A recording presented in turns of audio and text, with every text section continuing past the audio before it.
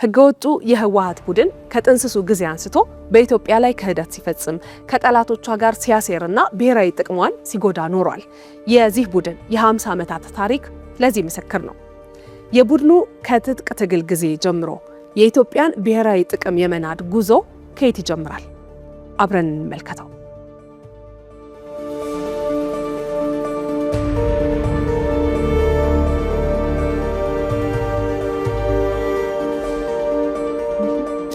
በ1967 ዓ.ም የብሔር ጭቆናን መታገል፣ የትግራይ ሪፐብሊክን መመስረት የሚሉና መሰል የኢትዮጵያን ሀገርነት የሚክዱ ሐሳቦችን በማኒፌስቶ አካቶ ወደ ትጥቅ ትግል የገባው ህወሓት ከዚያን ጊዜ አንስቶ የኢትዮጵያን ብሔራዊ ጥቅም ለጠላቶቹ አሳልፎ በመስጠት የእነርሱን እቅድ በመፈጸምና በማስፈጸም ግማሽ ምዕት ዓመታትን አስቆጥሯል።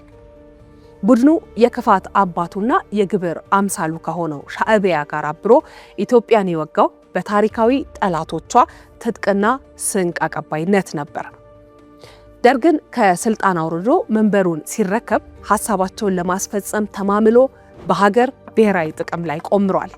በእርግጥ ይህ ቡድን የኢትዮጵያን የሀገርነት ታሪክ ከጅምሩ ማይቀበለው አንጋፋው ፖለቲከኛ ፕሮፌሰር መስፍን ወልደ ማርያም የክህደት ቁልቁለት በተሰኘው መጽሐፋቸው ቡድኑ የኢትዮጵያን የ3000 ዓመታት ታሪክ ከ100 ዓመታት አይበልጥም የሚል አቋም እንደሚያራምድ ራሱ ህወሓት በ1979 ዓ.ም ባሳተመው የኤርትራ ህዝብ ትግል ከየት ወዴት በሚለው ጥራዝ ላይ ማረጋገጡን ጽፈዋል።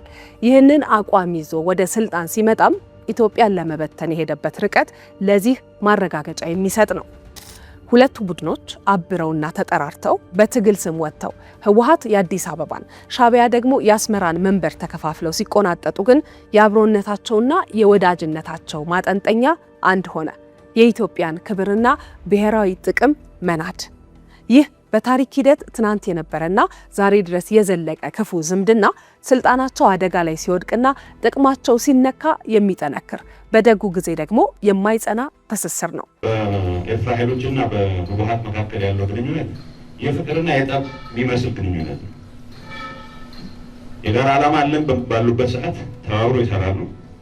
አንዱ የዛኛውን ዓላማ ሊጋፋ በሚሞክርበት ሰዓት ወደ ጠብ በትጥቅ ትግል ጊዜ ተመሳሳይ የጠቡም የግጭቱም ጥልቀት መጠን ይለያይ ይሆናል እንጂ ኤሴንሻሊ መርህ ላይ ፖሊሲ ላይ የተመሰረተ ተብሎ ሊቀመጥ የማይችል ግንኙነት ነው።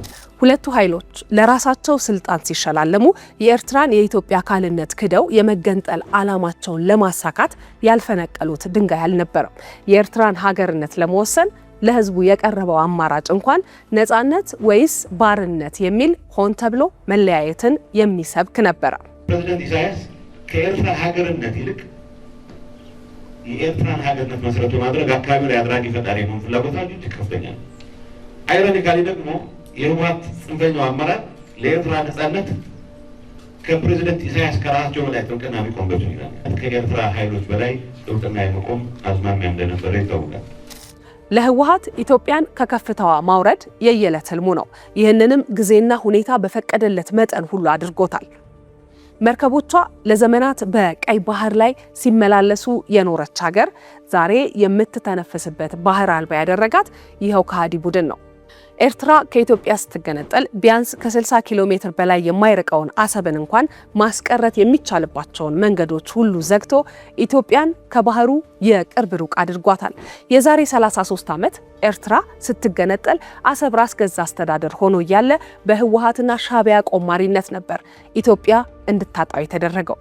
ዶክተር ያዕቆብ ኃይለማርያም አሰብ የማን ናት በሚለው መጽሐፋቸው ቡድኑ ኢትዮጵያን እንደሚያስተዳድር አካል ከኤርትራ ጋር የነበረው ግንኙነት ብሔራዊ ጥቅሟን የሚያስከብር እንዳልነበረ ያብራራሉ። ለዚህ ማሳያው ደግሞ የኢትዮጵያን የባህር በር አልባ ከማድረጉ ባሻገር ዛሬም ድረስ ይህንን ጥያቄዋን ሌላ መልክ አስይዞ በብሔራዊ ጥቅሟ ላይ ሴራ መሸረቡን መቀጠሉ ነው። ይህ ብቻ አይደለም። በማር በተለወሰው የብሔር ጭቆና ትርክቱ ሀገራዊ አንድነትን እየናደ የኢትዮጵያውያንን ልዩነት እያጎላ የተረጋጋ ሀገራዊ ስነ ልቦና እንዳይገነባ በሀገርና በህዝብ ላይ ክፉ መርዙን ረጭቷል።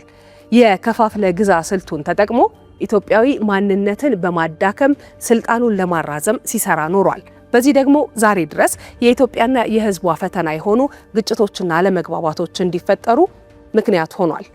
ሀገር እየመራ የባዕዳን ተላላኪነቱን በተግባር ሲያረጋግጥ የኖረው ይህ ቡድን ከማዕከላዊ ስልጣን ሲርቅ ደግሞ ይኸው እኩይ ተግባሩ ልቆ የሀገር ክህደቱን በግልጽ እያሳየ ይገኛል። ቡድኑ በሰሜን እዝ ላይ በፈጸመው ዘግናኝ ጥቃት የተጀመረው ጦርነት በሀገርና በህዝብ ላይ ያደረሰው ጉዳት በቀላሉ የሚነገር አይደለም። የኢትዮጵያ መንግስት የትግራይ ህዝብ ጥቅምን በማስቀደም ባሸነፈው ጦርነት ላይ ለድርድር ተቀምጦ ለዘላቂ ሰላም ሲባል የተደረሰው የፕሪቶሪያ ስምምነትም በዚህ ህገወጥ ቡድን ከመፍረስ አልዳነም። የስምምነቱን መሰረቶች ሁሉ በመጣስ ለሰላማዊ መንገድ ለሀገር መረጋጋትና ለትግራይ ህዝብ እረፍት መስጠት ሁልጊዜም በተቃራኒው የሚቆምባቸው ጉዳዮች መሆናቸውንም በተደጋጋሚ በተግባር አረጋግጧል። አሁን ምንድነው የሚሉት መሰለ ጠላት ፌደራል መንግስት ጠላት ነው፣ በቃ ሊያንበረክክህ ይፈልጋል፣ ሊያጠፋህ ይፈልጋል። ግን ከህወሓት በላይ ለትግራይ ህዝብ ያንበረከከው የለም።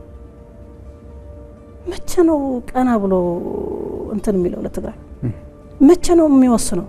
ከህወሓት በላይ ለትግራይ ህዝብ ያንበረከከው አለ?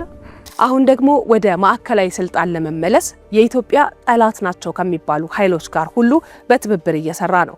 በትጥቅ ትግል ጊዜ ያደርገው እንደነበረው መንግስቷን ማጽናት ካልቻለችው ሱዳንና ከኢትዮጵያ ጥቅም በተጻራሪ ከምትቆመው ግብጽ ጋር የጦር ኃይል ጥምረት ፈጥሮ ከሀገር መሪነት ወደ ተራ አሸባሪነትና የመንደር ሽፍታነት ተሸጋግሯል። ቡድኑ ራሱ አቅም ሲያጣ ያኮረፉ እሱን መሰል የሀገር ውስጥ ታጣቂዎችን ጭምር በማደራጀት የኢትዮጵያን የውስጥ ሰላም ለመንሳት የሚያደርገው ጥረቱ ሌላኛው የመንደር ሽፍታነቱን ፍንትው አድርጎ የሚገልጥ ተግባሩ ነው። ድርጅቱ ወደ ቴሮሪስትነት ተቀይሯል። ድሮ ውል ነበረው የተወሰነ አምባገነን ቢሆንም የሚገዛበት ውል ነበረው፣ አሰራር ነበረው። ድርጅቱን ድሮ እኔ የምገልጸው አምባገነን ድርጅት ሆኗል በሚል ወደዛ ተሸጋግሯል። አምባገነን ነው የሚል ሀሳብ ነበረኝ። አሁን ግን ከአምባገነትም አልፎ ሽብርተኛ ድርጅት ሆኗል። ጦርነት በቃን የሚሉ እናቶችን ረግጦ ታዳጊ ልጆቻቸውን ለእሳት መማገድ ህገወጥ ጉዞውን እስካስቀጠለው ድረስ ትክክል ነው ብሎ ያምናል። እንዲያውም የሀገር ውስጥ ሽፍትነቱን ለማሳደግ የኢኮኖሚ ምንጩን የሚያደረጀው በትግራይ እናቶችን ባላይ ሆኗል። በግዳጅ እያፈሰ በሽርፍራፊ ዶላር ወጣቶችን ለሱዳን የእርስ በርስ ጦርነት ለሽያጭ ማቅረቡ ለዚህ አሁናዊ ግብሩ ገላጭ ነው።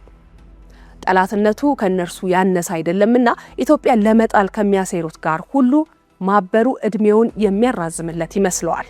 ዛሬ ግን ትናንት አይደለም። ከ50 ዓመታት በፊት የነበረችው ኢትዮጵያ አሁን ሌላ ናት። የህወሓትና የግብረ አበሮቹ ሴራ የማያስደነግጣት፣ ለሰላሙም ይሁን ለኃይል አማራጭ መንገዶች ዝግጁ የሆነች ጠንካራ ሀገር ሆናለች። ዛሬ ይህ ህገወጥ ቡድን ከፈለገው ኃይል ጋር ቢዛመድ ለኢትዮጵያ ስጋት አይሆንም። እመራዋለሁ የሚለውን የትግራይን ህዝብ ሰቆቃ ከማራዘም የዘለለ ጉልበትም የለውም። የሚጎስመው የጦርነት ነጋሪትም የራሱን መቃብር የመቆፈር ያህል ውድቀቱን እያፋጠነ ወደ ሞቱ እያቀረበው ነው።